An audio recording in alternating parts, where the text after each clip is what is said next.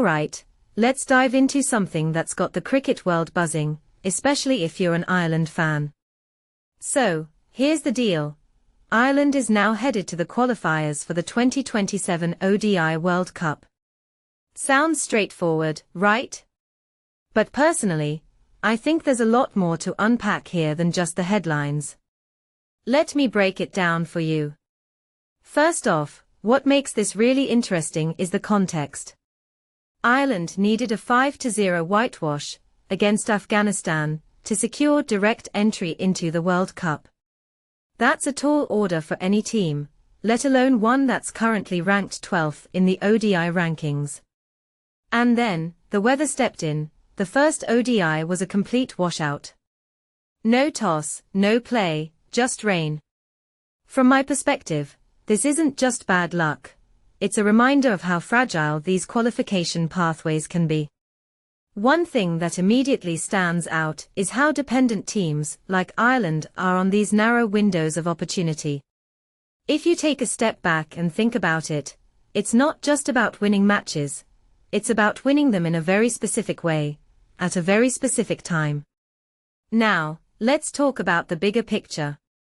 Ireland missing out on direct entry means they'll now have to navigate the 10-team qualifier.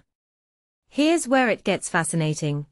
Only the winner of this qualifier gets direct entry into the main group of the World Cup.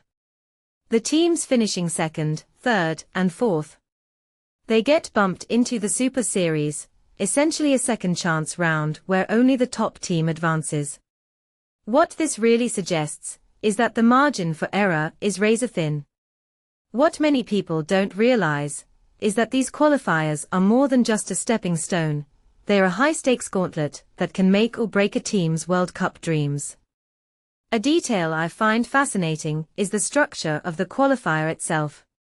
It includes the two bottom-ranked full members, the top 4 from CWC League 2, and the top 4 from a World Cup qualifier playoff. That playoff. It's a whole other battle involving the bottom 4 from League 2, and 4 teams from the Challenge League. If you're keeping track, that's essentially cricket's third division fighting for a shot at the big stage. In my opinion, this layered system is both a blessing and a curse. It gives more teams a chance to compete, but it also complicates the pathway, making it harder for smaller nations like Ireland to consistently break through. This raises a deeper question. Is the current qualification system fair? Personally, I think it's a double-edged sword. On one hand, it ensures that only the most consistent teams make it to the World Cup. On the other hand, it can feel like the odds are stacked against associate nations. Ireland, for instance, failed to qualify for the 2023 ODI World Cup after getting knocked out in the Super 6 stage. Now, they are back in the same grind, fighting for a spot in 2027.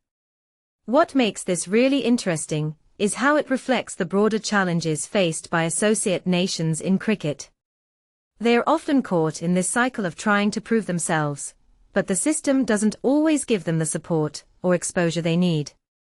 If you take a step back and think about it, this isn't just Ireland's story, it's a narrative that resonates across associate cricket. Teams like Namibia, Scotland, and the Netherlands are constantly battling for recognition in a system that's heavily tilted toward the big players. One thing that immediately stands out is how much these teams have to achieve with limited resources. It's not just about skill, it's about infrastructure, funding, and opportunities. From my perspective, the real challenge isn't just qualifying for the World Cup, it's sustaining a level of competitiveness that allows them to consistently compete on the global stage. So, where does this leave Ireland? Well, they've got their work cut out for them in the qualifiers. But here's the thing. I think they've got the talent and the fight to make it through. What this really suggests is that while the system might be tough, it's not insurmountable. It's all about how they approach the challenge. Personally, I'm rooting for them, not just because they are underdogs, but because their success would be a win for associate cricket as a whole. As we wrap this up, I'll leave you with this thought. What does it say about the state of cricket when teams like Ireland have to jump through so many hoops just to get a shot at the World Cup? Is it a testament to the sport's competitiveness, or does it highlight deeper issues in how the game is structured? Let me know what you think in the comments. Because, in my opinion, this isn't just about Ireland, it's about the future of cricket itself.